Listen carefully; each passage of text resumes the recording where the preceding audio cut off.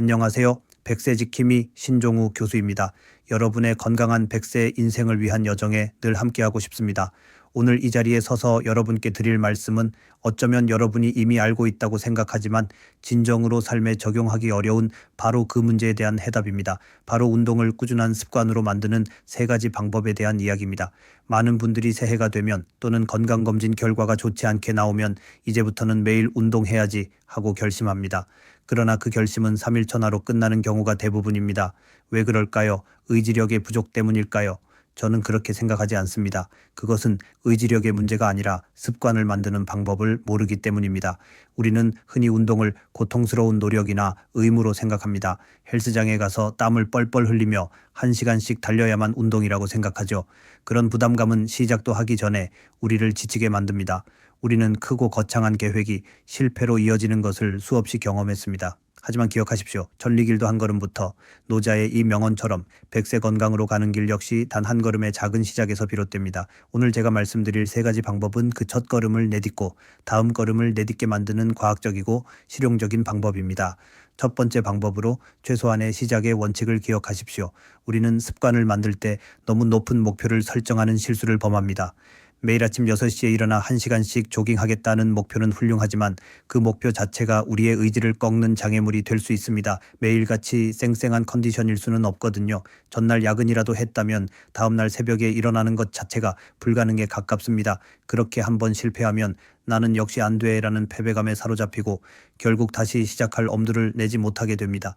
그래서 제가 제안하는 첫 번째 방법은 너무 작아서 실패할 수 없는 목표를 세우는 것입니다. 예를 들어 매일 아침 일어나 팔굽혀펴기 1회가 목표가 될 수 있습니다. 한 번이요? 네, 맞습니다. 딱 한 번만 하시면 됩니다. 아니, 팔굽혀펴기 한 번이 무슨 운동이 돼? 라고 생각하실지 모릅니다.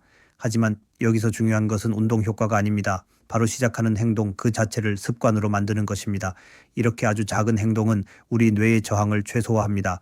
딱 한 번이니까 하자라는 생각은 부담이 없죠. 그렇게 매일 한 번씩 팔굽혀펴기를 하는 습관이 생겼다고 가정해 봅시다. 어느 날은 한 번을 하고 나니 아쉬워서 2번, 3번을 하게 될 수도 있습니다. 다음 날은 한 번을 목표로 했지만 기분이 좋아서 10번을 해보기도 합니다. 중요한 것은 그날의 컨디션이 좋지 않아도 딱 한 번이라는 최소한의 목표는 반드시 달성했다는 점입니다. 이 최소한의 행동이 매일매일 이어지며 나는 매일 운동하는 사람이라는 정체성을 만들어줍니다. 의지력은 한정된 자원이지만 습관은 무한한 힘을 가지고 있습니다. 이 최소한의 시작이 그 무한한 힘을 열어주는 문이 될 것입니다. 두 번째 방법으로 습관 덧붙이기의 힘을 활용하십시오. 첫 번째 방법으로 아주 작은 운동 습관을 만들었다면 이제 이 습관을 우리 삶에 단단히 뿌리내리게 해야 합니다. 그 방법이 바로 습관 덧붙이기입니다. 이미 여러분의 삶에 견고하게 자리 잡은 습관을 찾아내고 그 뒤에 새로운 운동 습관을 붙이는 것입니다. 예를 들어 볼까요? 아침에 일어나 커피를 마신다라는 습관은 대부분의 사람들에게 이미 견고하게 자리 잡고 있습니다. 그렇다면 이렇게 연결하는 겁니다. 나는 아침에 커피를 마신 후 제자리 걸음 5분 동안 한다. 또 다른 예도 있습니다. 나는 저녁 식사를 마친 후 설거지하는 동안 스쿼트 5회 한다. 이 방법의 핵심은 이미 존재하는 습관을 새로운 습관의 반가소해로 사용하는 것입니다. 새로운 행동을 위한 별도의 결심이나 노력이 필요하지 않게 되는 것이죠. 뇌는 이미 굳어진 행동 패턴을 따르는 것을 좋아합니다. 기존의 습관을 완료하면 다음 행동으로 자연스럽게 이어지도록 연결고리를 만들어주는 것입니다. 마치 기차가 선로를 따라 달리듯 자연스러운 흐름을 타게 되는 것이죠. 우리의 삶은 수많은 작은 습관들로 이루어져 있습니다. 양치질을 하고 샤워를 하고 텔레비전을 켜는 등 무의식적으로 행하는 행동들이 넘쳐납니다. 이 견고한 행동들 옆에 새로운 건강 습관을 살짝 얹어보세요. 그렇게 되면 처음에는 따로 하던 행동들이 점차 하나로 묶여져 몸에 좋은 일을 하는 것이 특별한 노력이 아니라 삶의 자연스러운 일부가 됩니다.